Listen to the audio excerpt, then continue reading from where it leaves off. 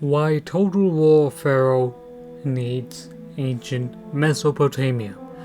Now, why am I discussing ancient Mesopotamia? What is special about Mesopotamia that it has its links with Egypt in the first place? And I can tell you there is a lot of things within these two fascinating cultures that really intermixed. In fact, I would definitely say that both Egyptian and Mesopotamians influenced each other. But of course, you're not exactly here to discover all the reasons as to why they were so closely interlinked. You're here to listen to my reasoning as to what I think Pharaoh Total War needs.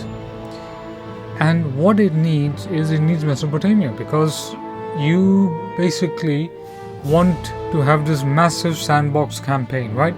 Let's say within the future, let's say within 2-3 years, we get this combo game.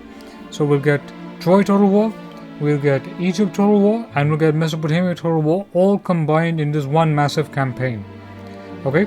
So it'll be pretty much like the Immortal Empire's version of what it would look like. You could already just do the same with Egypt, okay? Let's say if Egypt is Asia Minor, Anatolia, let's say it has Canaan, and it has Egypt, right?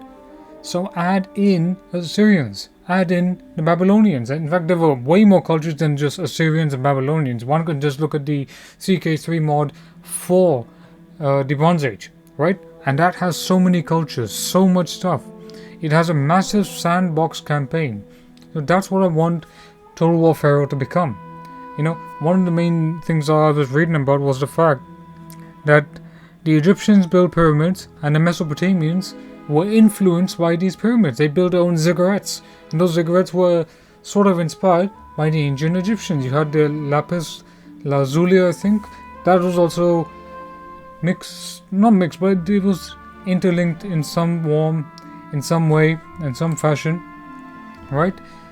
But Egyptian architecture was also influenced, of course, by Mesopotamian architecture, right?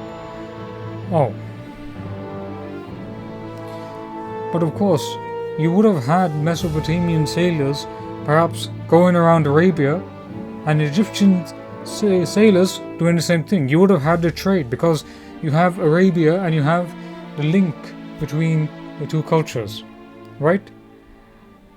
But Egypt and Mesopotamia often communicated with each other not just through, let's say, you could have colonial outposts as far as Kabira in modern Syria, for example, or in the Levant. You could have had all the way to the Red Sea. In fact, I was watching a video, I can't remember exactly, but the Roman Empire. And so you're not just talking about this, you're also talking about the Indus Valley, where basically there was trades of Indus Valley goods to Mesopotamia all the way to ancient Egypt, right? You also had the fact that there were friendly relations between the New Kingdom of Egypt, of course, with Ramesses the Great, and Middle Assyrian Empire. You have these two established civilizations. And tell me something, Mesopotamian architecture is perhaps one of the most outstanding and the most beautiful architecture that you will ever see. Now, some people would say Mesopotamian architecture is just boring, it's just a bunch of, walls and that's it. No, Mesopotamian architecture is more than that, The Egyptians were basically the superpower of this time. Now, would I say that they were the big superpower? No, I'll say this. The Egyptians were the big superpower of this time. They were a powerful kingdom. Even during the collapse of the Bronze Age, the Egyptians were the only ones to hold.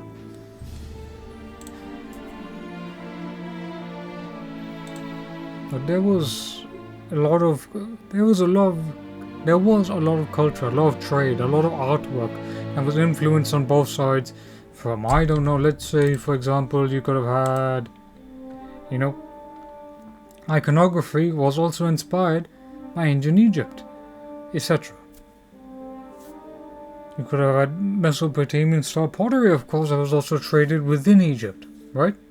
So at the same time, is it not right that I should be able to build my own Assyrian war machine and basically conquer all of Egypt, right? This happened in the period of around 650 or so, 650 CE we're talking about, after the collapse of the Bronze Age era.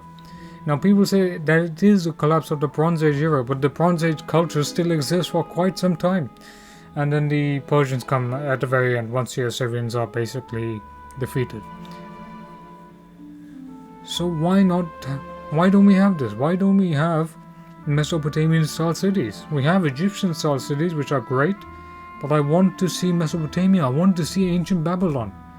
I really want to see that city. Imagine in Total War. Would it not be great? Would it not be absolutely excellent? Why don't we have something like that? Why don't I go to the stunning city in Ravenna? Why don't I go and conquer and besiege that glorious city? Right? And these cities will be big. They will not be just some XYZ or small city. They're going to be unique. It will be unique as Troy and better than Rome and Rome too. That's what I would say. So my appeal to CA is please add Mesopotamia. I will champion the cause of it. Now it will depend, of course, whether Mesopotamia is added or not, because we don't know what the campaign pack or the campaign DLC will involve. Right, but if you add Mesopotamia, then add the Indus Valley, which would be really, really fantastic. Alright, I'm Indian. I would love to see the Indus Valley. India has only been represented only twice in Total War games. In Empire, I'll say it was a fair representation. Empire was fair. Empire was a good one. But you had it in Rome Total War, Alexander, and that was about it. India hasn't been even mentioned in Total War that much. I mean, in Rome 2 you can just go to the edges of India and that's it. Right? So would that not be a good start? Why don't we have Ind in Warhammer 3? You know, I would really love to play with mythology India in Fantasy Warhammer. I don't think that's wrong for me to admit or to, you know. I would definitely. So, at the end of the day, this is an appeal to CA that this is an appeal, of course, to CA and to the fans of Total War community that we should at least petition to get Mesopotamia added into the game, because you have Egypt, you have the Canaanites, you have the Hittites, etc. But add in the Mesopotamian, bring in these big power players, because the Middle Assyrian Empire was no joke. Babylon was no joke. The Bronze Age cultures around were no joke. Right? The Mesopotamians were literally another superpower of that time. And when I mean superpower, I mean in the sense these were big empires we're talking about here. So this cultural influence and cultural exchange I would really love to see. And I just say to CA, just add in Mesopotamia and a lot of people are seriously going to love it. It will provide so much DLC potential that you can't even imagine. You know, why do we have Sargon? Why do we have Gilgamesh? I know I'm just repeating out various names, but you know, this Mesopotamia is famous for a reason. Babylon is famous for a reason.